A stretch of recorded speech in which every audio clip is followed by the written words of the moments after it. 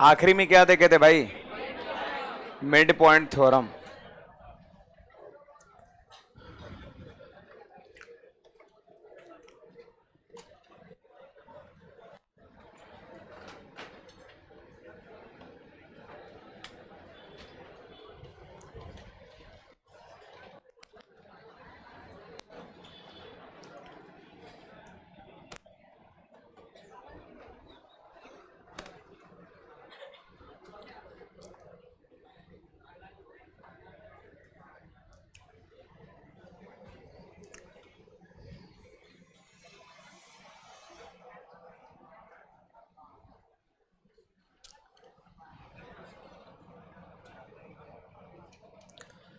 आगे यहां पे हेडिंग लगाएंगे कॉन्ग्रुएंसी ऑफ ट्रायंगल, त्रिभुज की सर्वांग समता, सर्वांग समता।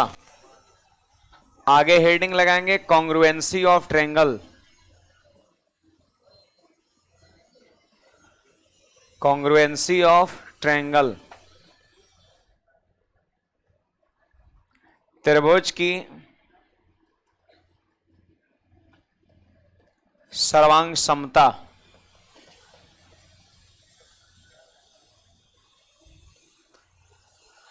आगे सारे विद्यार्थी हेडिंग लगाएंगे कॉन्ग्रुएंसी ऑफ ट्रायंगल, त्रिभुज की सर्वांग समता।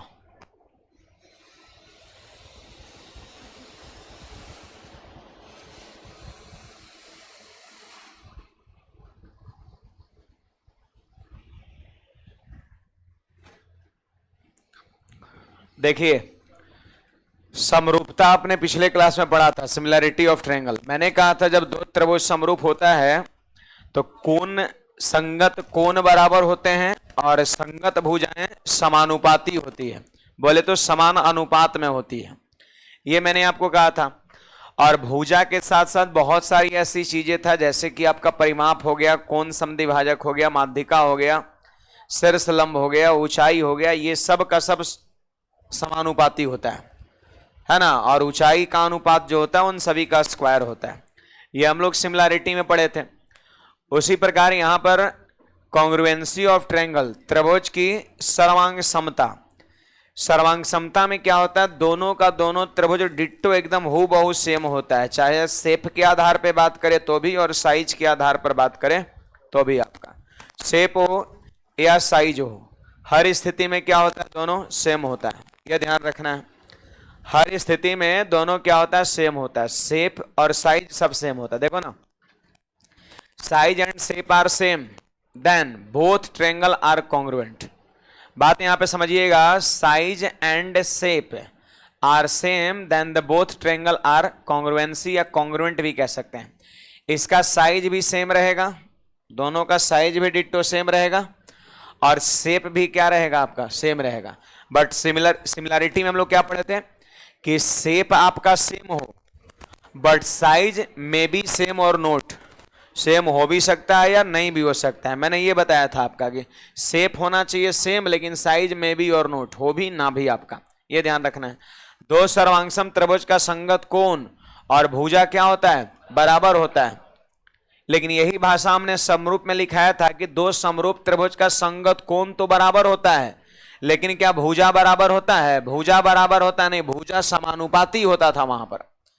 यही तो फर्क है दोनों में, वहां पर भुजा जो है समानुपाती होता था, समान अनुपात में होता था, और सर्वांगसम एकदम क्लियर कट, भुजा भी क्या होता है, बराबर, और कोण भी क्या होता है, बराबर होता है। यह ध्यान रखना है आप सभी को, है ना। यहां पर भुजा और कोण दोनों बराबर होता है। सर्वांगसम का मतलब क्या है, सर्व अंग समान, कोण भी समान और भुजा भी क्या समान आपका होगा, है ना। जैसे आप यहां पर देख सकते हैं, यहां पे दो ट्रायंगल है, ट्रायंगल एबीसी है और दूसरा आपका डीईएफ है। यहां पर ये दोनों आपका ट्रायंगल कॉन्ग्रुएंट है, ऐसा बोल रखा है कॉन्ग्रुएंट है। देखो यहां बीच में सिंबल है, ये कॉन्ग्रुएंसी का सिंबल है। अगर सिर्फ ऐसे हो तो ये समरूपता का, ये आपका सिमिलैरिटी का सिंबल है। आप बराबर के ऊपर में अगर इस तरह का सिंबल हो तो ये हो गया सर्वांग समता का हो गया। समझे बात को, ये सिंबल किसका है, समरूपता का। आप बराबर के ऊपर यदि इसको रख दे तो ये हो गया सर्वांग समता का हो गया आपका। ये आपका समरूपता को बताएगा, ये सर्वांग समता को बताएगा। तो आप यहां पर देख सकते हैं दोनों ट्रायंगल क्या है, सर्वांगसम है। दोनों त्रिभुज आपका सर्वांगसम है। और जब दोनों त्रिभुज सर्वांगसम है तो पता है इसका तीनों कोण भी बराबर होगा और तीनों का तीनों क्या होगा, भुजा भी बराबर होगा, है ना। तो यहां पर जब दो त्रिभुज सर्वांगसम हो तो देन के जगह पे लगा देना है एंड, गिवन के जगह पे लगा देना है देन, है ना। यहां पे लगा देना इसे if triangle ABC congruent triangle DF, then angle A बराबर डी, बी बराबर ई, सी बराबर एफ एंड सामने वाला भुजा बराबर, सम्मुख भुजा बराबर। जैसे जो कोण बराबर होगा ना उसके सामने की भुजा को सम्मुख भुजा कहेंगे या संगत भुजा कहेंगे, वो आपस में बराबर होता है। आप नोट करिएगा इसको। समरूप और सर्वांगसम में फर्क समझ में आना चाहिए। समरूप में शेप तो सेम होता था बट साइज डिफरेंट होता था, लेकिन सर्वांगसम में shape and size both are same. समरूप में क्या होता था, कोण बराबर लेकिन भुजा अनुपातिक होता था, और यहां पे क्या है सर्वांग समता में कोण भी बराबर, भुजा भी बराबर।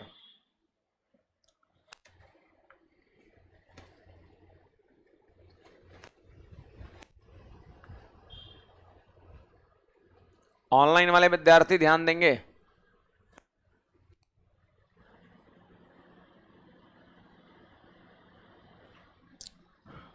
प्रतीक क्या बोल रहे हो सर जी, किसी दो त्रिभुज का एक कोण बराबर हो, दो त्रिभुज का एक कोण बराबर हो तो हम संगत कोण कहेंगे। हाँ बिल्कुल कह सकते हैं, दो त्रिभुज का एक कोण बराबर है। जैसे देखो ये दो त्रिभुज है, इसका ये वाला कोण और ये वाला कोण बराबर है तो इसको हम संगत कोण कहेंगे। और इसके सामने वाली भुजा कौन है, बीसी है और EF है, इसको हम संगत भुजा कहेंगे। संगत कोण के सामने वाली भुजा संगत भुजा कहलाता है। मैंने पिछले में लिखा था, ये पिछले क्लास में। चीजों को रिवाइज करके आइए सभी लोग, है ना। खाली आने जाने और छाप के ले जाने से नहीं होगा। आए छाप लिए चल गए, फिर अगला दिन आए छाप लिए, नहीं। चीजों को आप रिवाइज करिए, याद करिए, है ना। एडवांस मैथ में आपको समय देना है, थोड़ा याद भी करना है।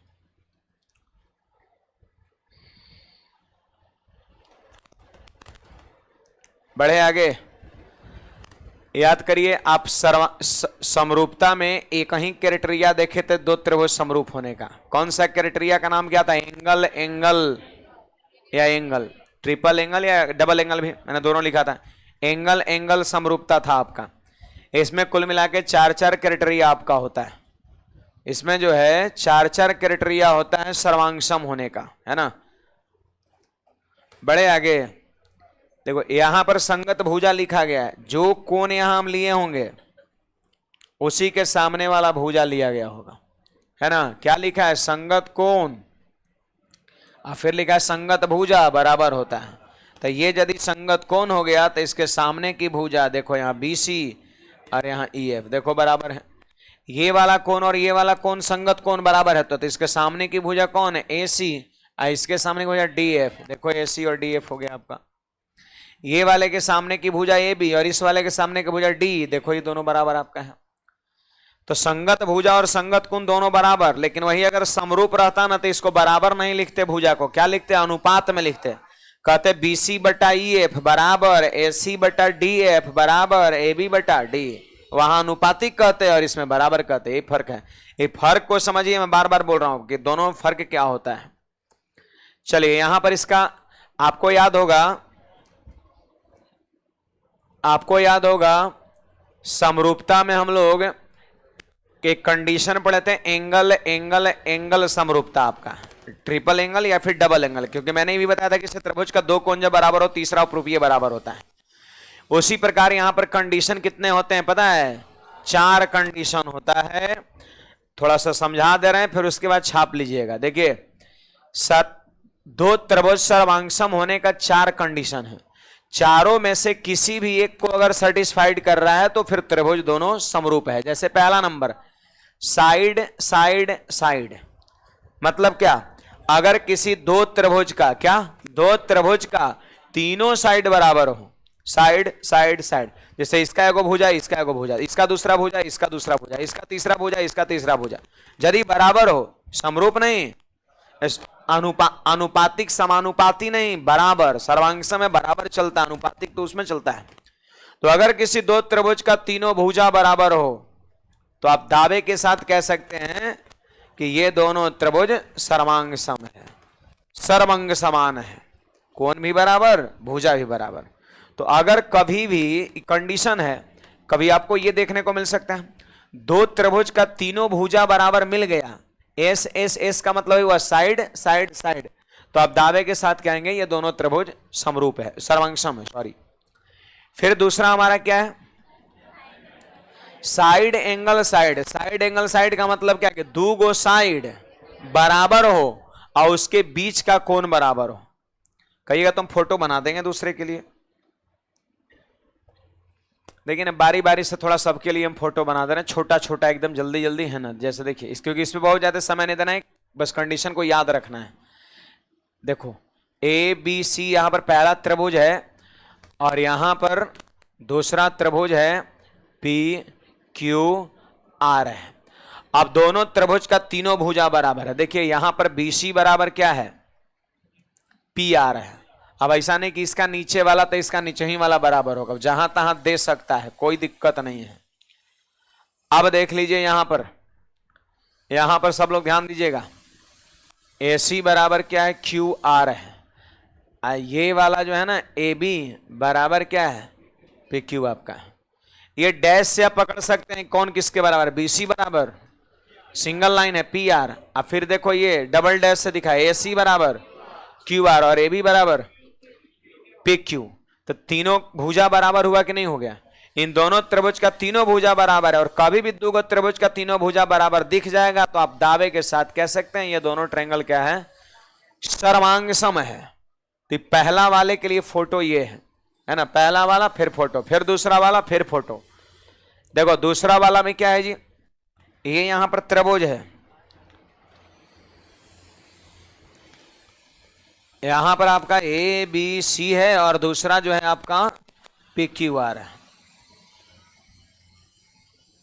देखो ए बी बराबर क्या है, पी क्यू है, बी सी बराबर क्या है, क्यू आर है।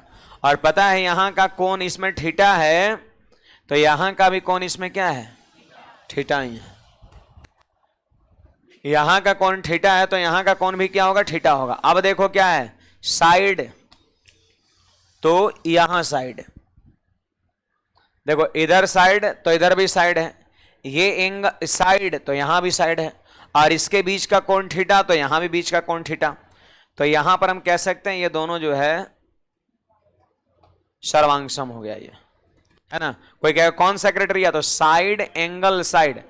देखो एंगल बीच में ही होना चाहिए, साइड और साइड बराबर है तो एंगल बीच में, ऐसा नहीं कि कहीं एंगल होगा, ऐसा नहीं होगा। देखो साइड फिर एंगल तब साइड, साइड फिर एंगल तब साइड, मतलब दो गो साइड तो उसके बीच का कोण, यही होना चाहिए, जैसे लिखा हो वैसे ही होना चाहिए। अगर ऐसा है कभी दो त्रिभुज में दो गो भुजा बीच का कोण बराबर है तो भी दावे के साथ कह सकते हैं ये दोनों सर्वांग सम है। सर्वांग सम का ये भी क्राइटेरिया है। तीसरा क्राइटेरिया यहां पर आप सभी लोग देख लीजिए, पढ़िए वहां पे क्या लिखा है, angle angle side. Angle angle side का मतलब दो गो लगातार कोण और उसके बाद भुजा, एंगल फिर एंगल तब साइड। जिस सीक्वेंस में वहां लिखा है उसी सीक्वेंस में होना चाहिए। देखो एबीसी है और यहां पे क्या है, पी क्यू आर है। देखो ये वाला एंगल और ये वाला एंगल बराबर है, अगर ये अल्फा तो ये अल्फा, फिर एंगल के बाद फिर एंगल, देखो यहां एंगल के बाद एंगल बीटा, यहां पे कह दिए इसे बीटा। अब फिर क्या होता है साइड, तो देखो यहां से घूम रहा है एंगल, अब यहां के बाद उधर नहीं जा सकते हैं, उधर एक एंगल बंक है छूटा हुआ है, एंगल एंगल, अब फिर साइड कौन हुआ, एसी। देखो एंगल एंगल तब साइड, ऐसा नहीं कि बीच वाला साइड, एंगल एंगल साइड, है ना। तो इधर ले लो यहां पर एंगल एंगल साइड, या फिर इधर से अगर कोई लेगा तो एंगल एंगल साइड आपका, है ना। तो यहां पर मैं इसे ले लिए, देखिए एंगल है फिर साइड है, एंगल है साइड है। किसी दो त्रिभुज में अगर ये भी नेचर कभी दिख जाए, ये भी, अगर ये भी नेचर कभी दिख रहा हो कि एंगल तब साइड, फिर एंगल तब साइड, किधर से भी हो सकता है, इधर से भी हो सकता है, इधर से भी हो सकता है, बस एंगल साइड लगातार दिखना चाहिए। तो वैसी स्थिति में भी इस त्रिभुज को आप सर्वांगसम कह सकते हैं, कोई दिक्कत की बात नहीं है। अब चौथा के लिए क्या करेंगे, तो चौथा लिख के फिर उसका फिगर बनाएंगे। आप क्या देख रहे हैं चौथा में, RHS। देखो उतारना कैसे है, ए पहले लिखना है SSS, फिर फोटो, फिर SAS, फिर फोटो, फिर AS, फिर फोटो, फिर RHS, फिर उसका फोटो। देखो RHS जानते हैं ये समकोण त्रिभुज के लिए वैलिड होता है। RHS जो है वो समकोण त्रिभुज के लिए वैलिड होता है।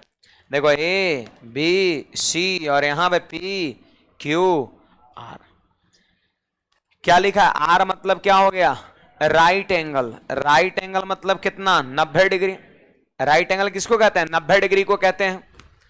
तो R फॉर राइट एंगल। अब बताओ राइट एंगल बोले तो 90 डिग्री कौन सा त्रिभुज में होता है, समकोण त्रिभुज में होता है। तो कहीं ना कहीं ये जो आपका क्राइटेरिया हमारा चौथा वाला है वो सिर्फ समकोण त्रिभुज के लिए ही होता है। फिर बताइए R के बाद H है, H मतलब हाइपोटेनियस। हाइपोटेनस मतलब हो गया क्या, कर्ण। तो कर्ण भी किस में होता है, समकोण त्रिभुज में भी होता है। तो देख लो ये वाला यहां पर क्या है, कर्ण है और दोनों बराबर है। कभी भी किसी दो त्रिभुज में एक कोण 90-90 हो, कर्ण क्या हो, बराबर हो, RHS मतलब कोई एगो साइड। अब कोई एगो साइड में लंब भी हो सकता है, आधार भी हो सकता है, कोई एगो साइड बराबर हो जाए। तो हमने यहां पर क्या किया, मतलब अगर कभी दो त्रिभुज में अगर ऐसा कुछ दिख जाए, एक एंगल 90 रहेगा दोनों त्रिभुज में, अब हाइपोटेनियस सेम रहेगा और कोई एगो साइड सेम रहेगा, तो भी आप दावे के साथ कह सकते हैं ये दोनों त्रिभुज सर्वांगसम है आपका, है ना। तो ये 4 गो क्राइटेरिया है। क्राइटेरिया को लिखेंगे, फोटो लिखेंगे, फिर क्राइटेरिया, फिर फोटो, फिर क्राइटेरिया, फिर फोटो। आपका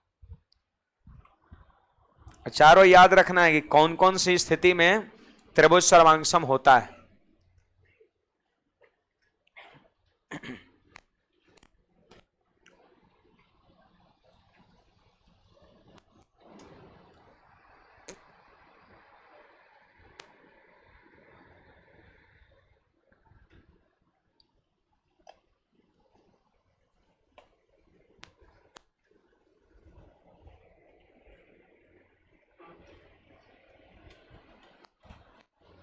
कुछ समझ में आ रहा है मामला क्या है, सो मतलब कैसे पहचानेंगे कि त्रिभुज सर्वांगसम है। तो पहचानने का यहां पर 4 उपाय है, चारों में से कोई एक दिखना चाहिए, आप त्रिभुज को सर्वांगसम कह देंगे। और समरूप में सिर्फ एक ही था, कौन सा क्राइटेरिया था, एंगल था आपका, एंगल क्राइटेरिया था।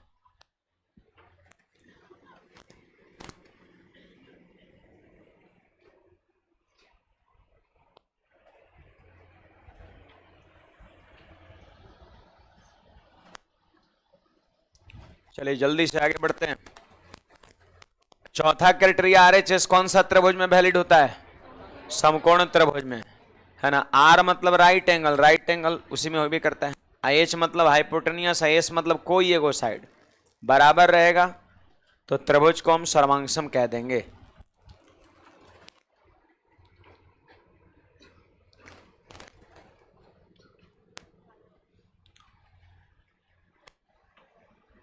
चलिए आगे बढ़ते हैं।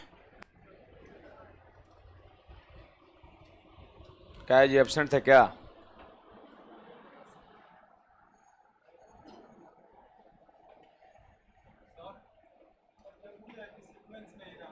हाँ, दो साइड, तो दो साइड एक एंगल तो है ही, लेकिन एंगल बीच में होना चाहिए। साइड तब एंगल तब साइड आपका। साइड एंगल साइड से क्या होता है जानते हैं, इस साइड भी बराबर है, आई एंगल भी बराबर है, इस साइड भी बराबर है, तो होता है अब बीच का एंगल बराबर है, तो होता है क्या कि फैलाव आपका सेम हो जाता है, झुकाव जो है ना वो सेम हो जाता है। और ये जब झुकाव एंगल की वजह से जब झुकाव सेम होगा, तो जेन्युइन बात है कि सामने वाला जो मिलाने वाली रेखा होगा ये भी क्या होगा, सेम होगा आपका। और ई सेम हो गया, आई सेम हो गया, ये दोनों पहले से सेम है, तो जाहिर सी बात है सब सेम हो गया तो सर्वांग सम बनेगा, और जहां तहां कर दिएगा तो हो जाएगा गड़बड़। ये सब सेटिंग करके किया हुआ रहता है आपका, है ना, ये सब सेटिंग किया हुआ रहता है आपका क्राइटेरिया, और जैसे लिखा हुआ है वैसा ही होना चाहिए, समझे। चलिए यहां पर ध्यान दीजिएगा, हम चाहते हैं कि एक दो सवाल करें, फिर उसके बाद हम आगे कोसाइन रूल पर चलें, है ना। एक सवाल थोड़ा यहां पर लिखेंगे, थोड़ा अच्छा लगेगा हमें। सवाल कहां से लाएं?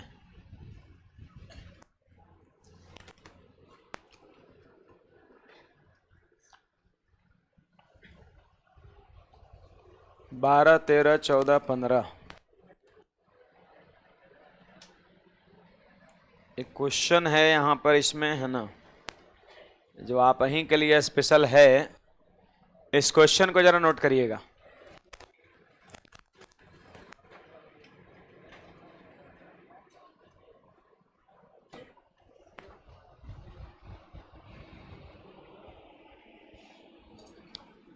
कोई विद्यार्थी अगर टेस्ट मारते होंगे तो ये क्वेश्चन मैंने 2, 4, 5 दिन 6 दिन पहले कराया था। अगर इसमें से अगर कोई करते होंगे टेस्ट तो टेस्ट सीरीज अपने यहाँ।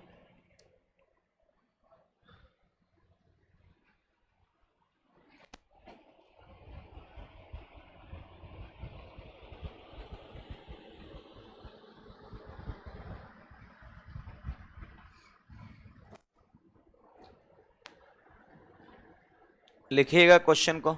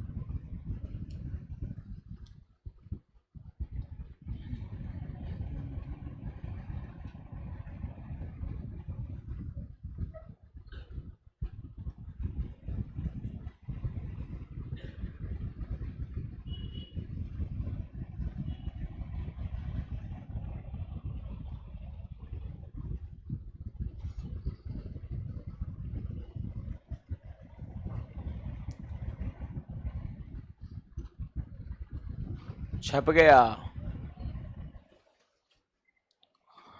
चलिए देखिएगा, कहता है त्रिभुज एबीसी में, थोड़ा इसको और छोटा कर लेते हैं।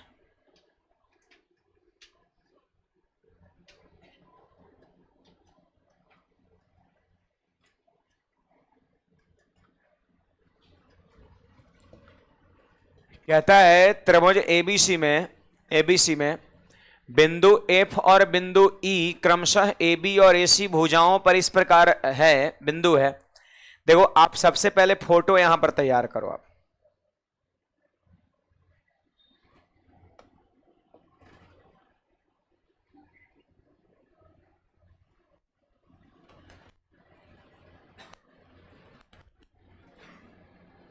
देखिए यहां पर आपका ट्रायंगल ए हो गया, बी हो गया और ये सी आपका हो गया। अब सवाल कहता है कि एफ और ई बिंदु ए बी और ए सी पर, देखो ए बी पर एक पॉइंट पता है कौन सा है, एफ है ना। ए बी पर एक पॉइंट जो है ना वो आपका एफ है, आप देख लो सब लोग, और ई जो है ना ए सी पर एक पॉइंट है, ई जो है वो ए सी पर एक पॉइंट है, ऐसा कुछ बोल रखा है कि बिंदु एफ और ई ए बी और ए सी पर इस प्रकार है कि F E parallel B C. देखो एफ ई जो है वो बी सी के क्या है, पैरेलल है, पैरेलल है। आपको मैंने बताया था ये पैरेलल का साइन होता है, ये बताया था ना, ये पैरेलल का साइन है। ई एफ जो है ना दो बिंदु को मिला दिया और बी सी पैरेलल है। फिर कह रहा है त्रिभुज को समान क्षेत्रफल के दो भागों में बांटती है, ऐसा भी कह दिया कि ये जो रेखा है ना इसके पैरेलल तो है ही, इसके पैरेलल तो है ही, और साथ साथ दो बराबर पार्ट में क्या कर रही है, बांट रही है, दो बराबर पार्ट में बांट रही है। एक चीज तो पहले ये जानिए, जैसे ही इसके पैरेलल खींची वैसे ही थेल्स यहां पे लागू हो गया। थेल्स प्रमेय मैंने पिछले क्लास में बताया था, किसी त्रिभुज के एक भुजा के समांतर खींची गई रेखा, तो बोलिए बीसी के समांतर खींचा गया कि नहीं, अन्य दो भुजाओं को समान अनुपात में बांटती है, मतलब एफ अनुपात एफ बी बराबर क्या होगा, ए ई अनुपात ए सी आपका होगा। जैसे ही पैरेलल खिंचाया आपका वो हो गया जो होना चाहिए, है ना। तो ये चीज है यहां पर। अब कहता है कि समान क्षेत्रफल के दो भागों में बांटती है, ऐसा भी मेंशन है कि क्षेत्रफल दोनों का क्या हो गया, समान हो गया, क्षेत्रफल दोनों का समान हो गया। मतलब यह है कि अगर इसका एरिया 1 होगा तो इसका भी एरिया कितना होगा, अगर इस वाले आकृति का एरिया 1 होगा, जैसे ही बांटा दो बराबर पार्ट बढ़ेगा, एक एक एरिया है ना।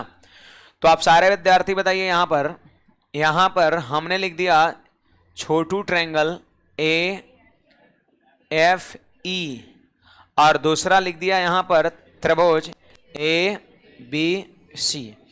आप सारे विद्यार्थी बताइए, ए एफ ई का एरिया कितना, 1, बोलो 1 होगा कि नहीं होगा, और ए बी सी का एरिया कितना होगा, है 1, 1 कहां 2, 1 ऊपर 1 नीचे, तो पूरा ए बी सी का एरिया दोनों हो गया जी, बराबर है, सब बोला बराबर भागों बांटती, इसका एरिया 1 इसका भी एरिया 1, तो पूरा एबीसी का एरिया कितना हो गया, 2 हो गया। तो बोलो एरिया का रेशियो इतना हो गया। आप बताओ क्या यहां पर दोनों ट्रायंगल सिमिलर होगा। अब कुछ लोग संशय में जी रहे हैं, अब सिमिलर होगा कि ना होगा। मैंने क्लियर कट बोला था थेल्स में, आप लिखा हुआ है देख लीजिए, मैंने बोला था कि प्रूफ मत करने लगना है, सोचने लगना कि होगा कि नहीं होगा।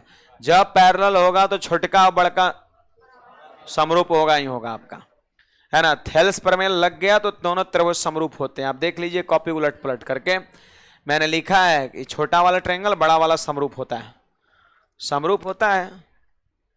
अब कैसे होता है वहां पे चर्चा किए थे हम।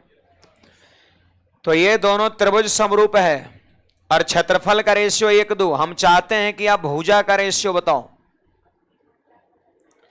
भुजा का रेशियो बताइए। तो भुजा का क्षेत्रफल दिया है, त्रिभुज समरूप है, क्षेत्रफल दिया है, भुजा का रेशियो लिखना है। तो 1 का वर्गमूल 1 और 2 का वर्गमूल √2। 4 कहीं से आवाज आ रहा है, 2 का वर्गमूल 4 है, तो 2 का वर्ग फिर कितना 8 है, और स्क्वायर रूट ना, 1 का स्क्वायर रूट 1, 2 का स्क्वायर रूट √2 हो गया। तो ये भुजा का रेशियो हो गया।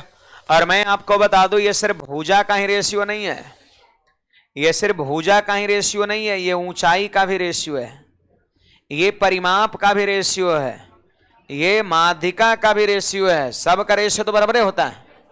त्रिभुज समरूप होने पर भुजा का रेशियो, ऊंचाई का रेशियो, परिमाप का रेशियो, कोण समद्विभाजक का रेशियो, माध्यिका का रेशियो, सब तो सेम ही होता है।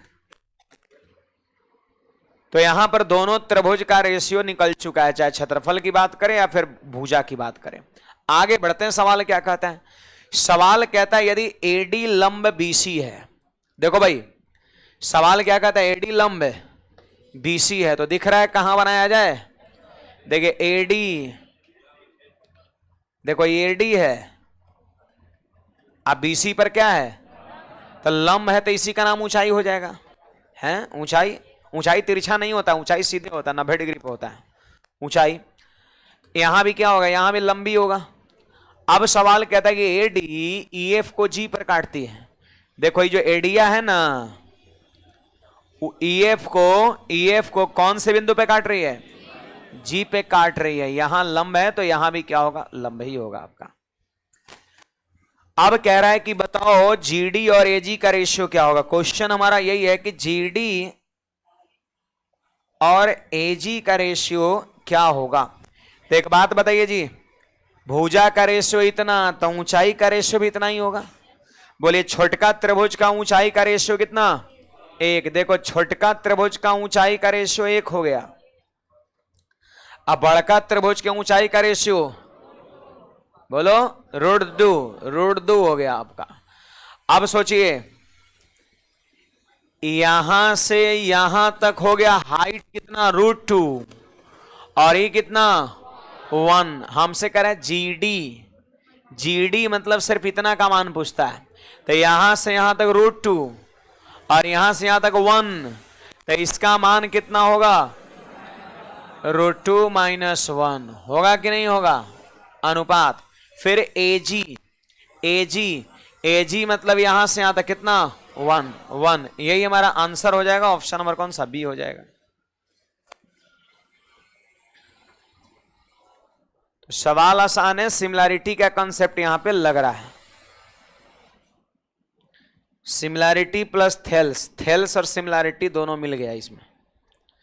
जैसे ही एक भुजा के पैरेलल हुआ, ये हो गया आपका थेल्स। थेल्स में छोटका त्रिभुज और बड़का त्रिभुज समरूप होता है। क्षेत्रफल दिया है 1:2, तो भुजा का रेशियो 1/2। और वो भुजे का रेशियो सिर्फ नहीं होगा, सब चीज का होगा, ऊंचाई का भी यही होगा। तो छोटका त्रिभुज का ऊंचाई 1 और बड़का त्रिभुज का √2, इतना इतना पूछता है। तो ये √2 - 1 और ये 1, आंसर हो गया बी नंबर ऑप्शन। चलिए नोट करिए, और कुछ पूछना है तो बोलिएगा।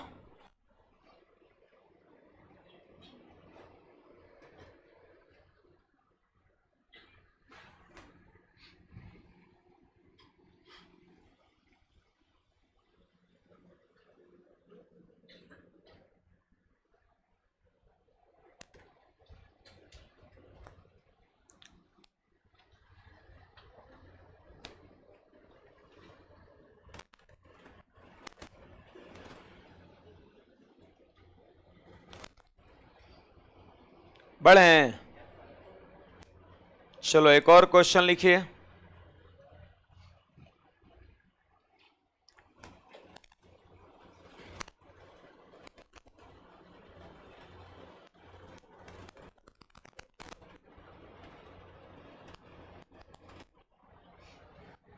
सेट 13 में हटाते हैं इसको।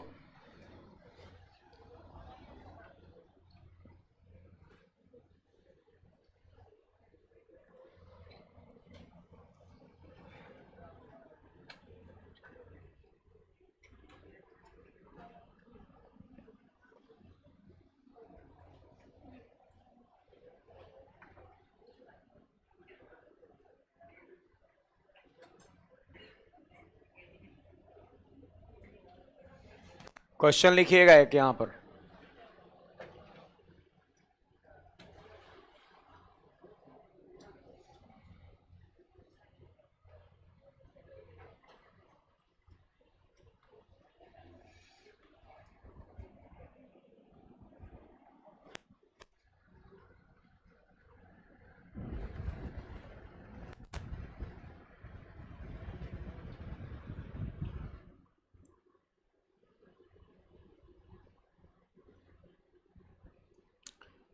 डी अनुपात BC, कॉमा कॉमा की जगह बराबर कर लीजिएगा 3:5।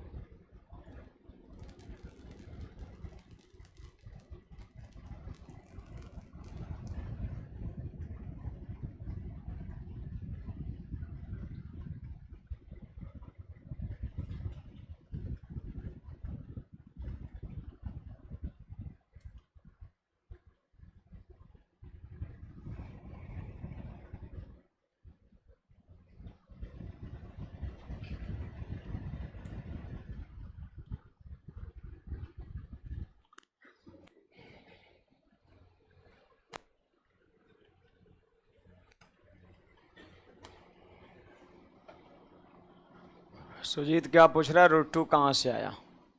इतना ठोकेंगे ना, पता नहीं चल रहा है थोड़ा रूट टू कहाँ से आया।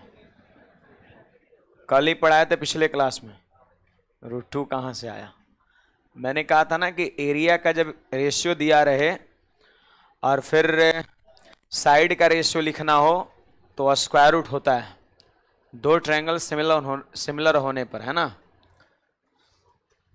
मैंने पिछली क्लास में पढ़ाया था, इसलिए दो हुआ था और दो का मैंने रूट किया, रूट टू हो गया। आइए ना देखते हैं, यहां पर ध्यान दीजिएगा। कहता है त्रिभुज एबीसी में भुजा एबी और एसी पर क्रमशः डी और ई बिंदु इस प्रकार हैं कि डी पैरेलल बी से। जैसे ही पैरेलल बोला थेल्स लग गया। यहां पर देखिए, यहां पर सारे विद्यार्थी ध्यान देंगे, ट्रायंगल है हमारा ए बी सी है। अब देखो ए बी पर एक बिंदु कौन सा है, डी है। ए बी पर एक बिंदु डी है और ए सी पर एक बिंदु कौन सा है, ई है। और इस प्रकार है कि डी पैरेलल बी सी है। बी सी और डी क्या है, पैरेलल है। और जैसे ही त्रिभुज ए बी सी के एक भुजा बी सी के पैरेलल हमने खींचा तो थेल्स पर में क्या कहता है कि त्रिभुज की एक भुजा के समांतर खींची गई रेखा अन्य दो भुजाओं को समान अनुपात में बांटती है। अन्य दो भुजाओं को समान अनुपात में बांटती है। अब सुनिए, D is to B C दिया 3:5। बोलो भाई, ये D का रेशियो कितना, 3 है। इसका रेशियो 3 है और इसका रेशियो कितना है, 5 है।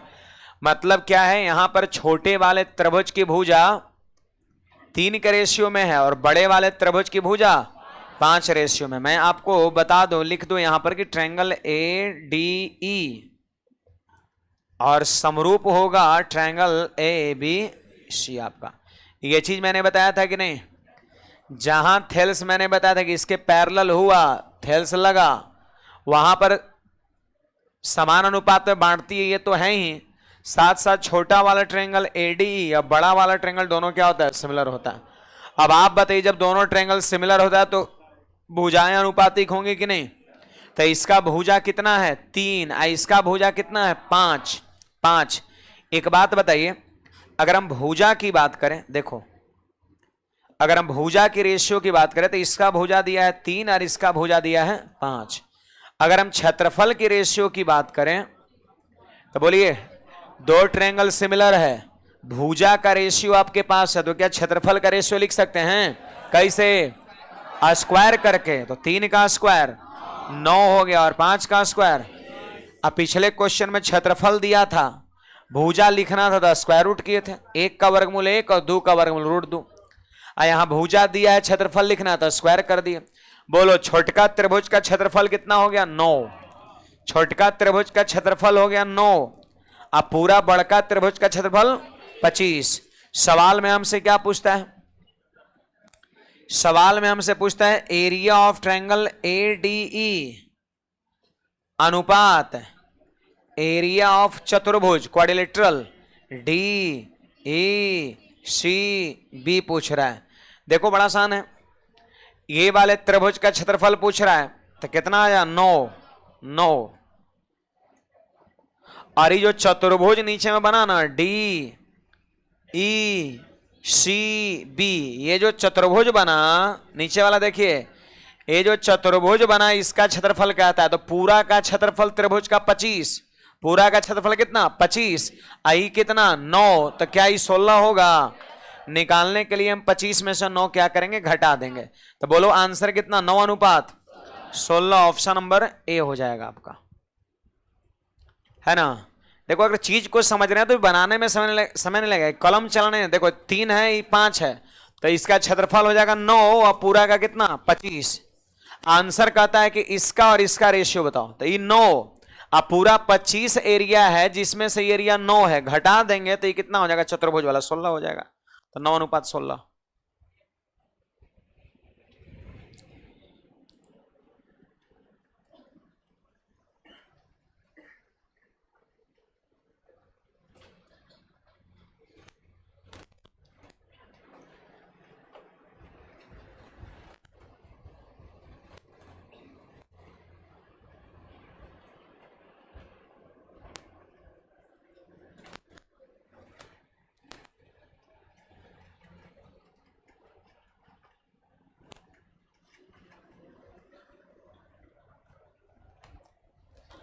बड़े आगे।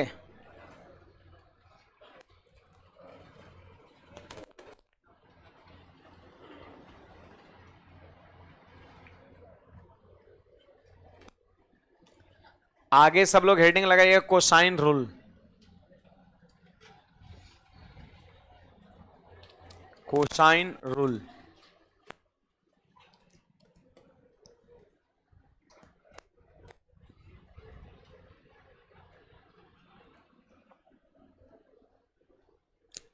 Cosine rule.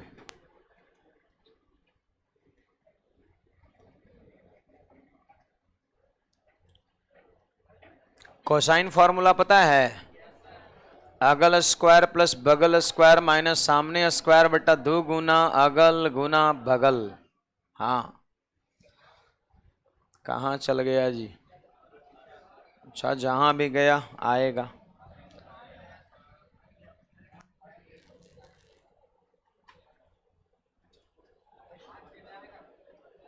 ये जाएगा कहाँ?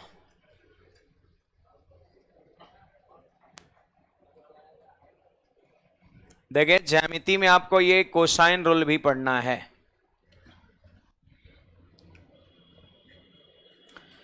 अब थोड़ा सुनिए पहले। देखो, एक त्रिभुज दिया हुआ है। त्रिभुज के कोण को कैपिटल लेटर से एंगल ए है, एंगल बी है, एंगल सी है, और सामने वाले भुजा की लंबाई स्मॉल लेटर से है ना, बी ए सी आपका है ना। अब जैसे देखिए, ये तो यहां पर कोसाइन फॉर्मूला है। ये तो कोसाइन फॉर्मूला आप देख सकते हैं। कॉस ए इक्वल टू, जैसे मान लेते हैं अगर कोई पूछेगा कॉस ए इक्वल टू, तो एंगल कौन सा लिए हम? सुनिए, इसको यहीं पे याद कर लेना है, रटिए मत, इसके पैटर्न को माइंड में लोड करिए। एंगल कौन सा है यहाँ पर? ए है। ए कॉस के साथ हम कोसाइन फॉर्मूला नाम इसलिए पड़ा, कॉस के साथ ये सारा का सारा एंगल है। अगर हम कॉस ए ले लिए तो देखो, अगल बगल की भुजा कौन है? बी है, और सामने की भुजा कौन है?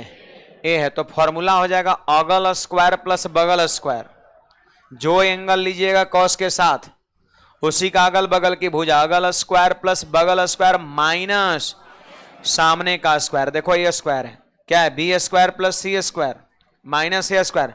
अब बटा में 2 गुना बी गुना सी, यानी 2 गुना अगल गुना बगल। अगल स्क्वायर प्लस बगल स्क्वायर माइनस सामने स्क्वायर बटा में 2 गुना अगल गुना बगल। अगर कोई एंगल बी ले लेगा, कॉस बी ले लेगा, कॉस बी, तो बोलो अगल बगल कौन है? ए, और तो बोलेंगे ए स्क्वायर प्लस सी स्क्वायर माइनस बी स्क्वायर बटा में 2 गुना अगल गुना बगल, ए गुना सी।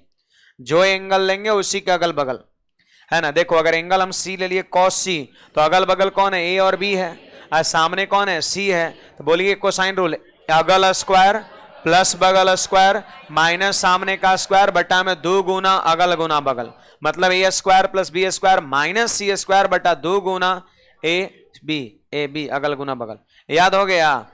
इसी को जब एने ओने करेंगे ना, हाँ, एने ओने जब करेंगे क्रॉस गुना, तो देखो एक और रिलेशन यहां पे मिल पाएगा आपका, है ना। एक और रिलेशन यहां पे मिल पाएगा। तो हमारा विचार है, इसको पहले छाप लीजिए, हम प्रूफ भी करके आपको दिखा देंगे, है ना। एगो फॉर्मूला इसमें साबित भी कर देंगे, एगो प्रूफ कर देंगे, तो सिमिलरली उसी प्रकार सब हो जाएगा। तो पहले इसको आप नोट कर लीजिए, है ना। ऐसे प्रूफ का जरूरत नहीं है, इस पे बहुत सवाल बनता है, बहुत इंपॉर्टेंट है कोसाइन रूल। कब यूज करते हैं हम इस पे भी चर्चा करेंगे। फिलहाल जल्दी से इसको छापिए, फोटो भी बना लीजिएगा। याद करना है, याद रखना है। वैसे तो थोड़ा सा इंटरेस्ट लिए होंगे चीजों में, तो याद हो गया होगा। अगल स्क्वायर प्लस बगल स्क्वायर माइनस सामने स्क्वायर बटा 2 गुना अगल गुना बगल, एंगल का अगल बगल।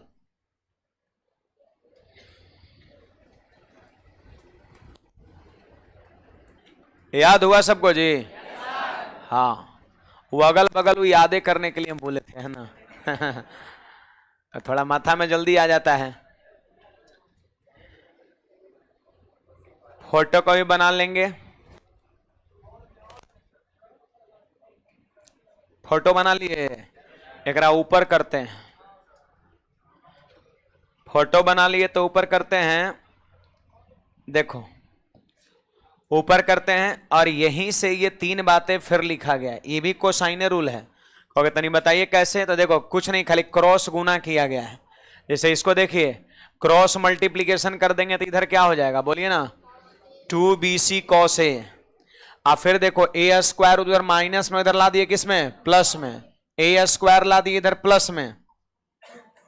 अब फिर ये जो 2bc cos a है ना, उसको लेके उस तरफ माइनस में, तो फॉर्मूला हो गया बी स्क्वायर प्लस सी स्क्वायर, अब माइनस में 2bc cos a। देखो है कि नहीं है। उसी प्रकार यहां भी इसको लेके गए उधर, अब बी स्क्वायर ला दिए इधर, तो बी स्क्वायर बराबर हो गया, फिर सी स्क्वायर बराबर हो गया। तो यहीं से ये चीजें तीनों भी आपका है, ठीक है।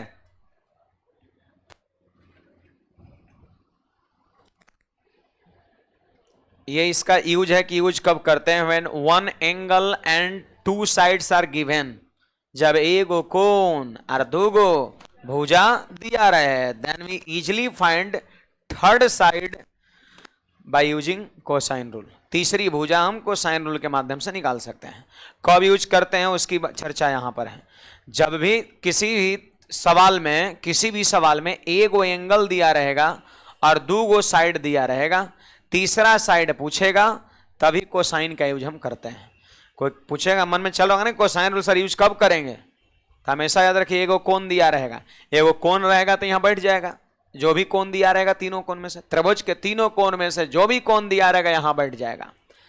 आ दूगो भुजा, one angle and two sides are given, दूगो भुजा दिया रहेगा, और तीसरा को एक्स मान लेंगे और सॉल्व कर देंगे, एक्स का मान निकल जाएगा। कभी भी किसी त्रिभुज का एगो कोण और दूगो भुजा दिया हो और तीसरी भुजा निकालना हो तो आप कोसाइन रूल का यूज कर सकते हैं। तो नीचे वाला लाइन भी लिख लेंगे, when one angle and two sides are given then we easily find third side by using cosine rule.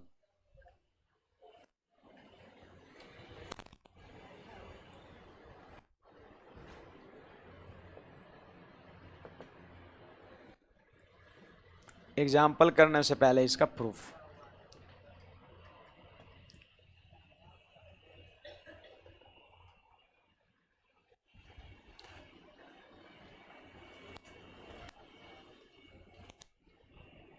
और सब कुशल मंगल है ना सभी का। अब पूछताछ शुरू किया जाएगा, है ना। अब कल से चीजों को आप पीछे याद कर रहे हैं कि नहीं तो फिर मामला, अगर नहीं याद करेंगे तो फिर हमारा मेहनत भी बेकार हो जाएगा। इतना बेहतरीन तरीके से हम पढ़ा रहे हैं, है ना। उन सारी चीज को आप याद करिए। सवाल भी हम लोग बीच बीच में लगाते चल रहे हैं, बाकी बुक में भी ढेर सारा आपका सवाल है ना।